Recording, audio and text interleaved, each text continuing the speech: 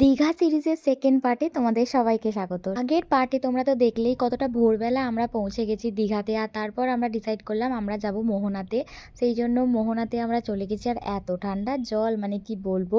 তো যাই হোক, মোহনা ঘুরছিলাম আর এত সুন্দর সুন্দর মাছ, মানে কি বলবো, দেখে মনটা ভালো হয়ে গেল। আর তারপর দেখলাম সানরাইজ, মানে অনেক রকমের সকাল দেখেছি, অনেক রকমের ভোর দেখেছি, বাট এরকম একটা সুন্দর মানে ভোরবেলা আগেও দেখেছি, বাট এবারে ভিডিও করছি বলে তোমাদের সাথে শেয়ার করতে পারছি।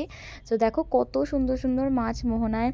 আমরা সেখান থেকেই একটা মাছ কিনলাম, মানে আমরা কিনেছিলাম ইলিশ মাছ। তারপর ওখান থেকে ফিরে হোটেল রুমে গিয়ে খাওয়া দাওয়া করে ফ্রেশ হয়ে আমরা চলে গেছিলাম দীঘাতে, যে অমরাবতী পার্ক হয়েছে সেখানে। ওখানেও 20 টাকা করে ঢুকতে নেয়, আর বাচ্চাদের জন্য অনেক রাইডস আছে, কিছু কিছু টাকা দিয়ে করতে হয় আর কিছু কিছু তো নর্মালি থাকে। অমরাবতী পার্কেও বেশ খানিকটা সময় কাটালাম, বেশ ভালো লাগলো। পরবর্তী পার্ট নিয়ে খুব তাড়াতাড়ি আসবো, তার জন্য কি করতে হবে, চ্যানেলটাকে তো সাবস্ক্রাইব করতে হবে, প্লিজ সাবস্ক্রাইব।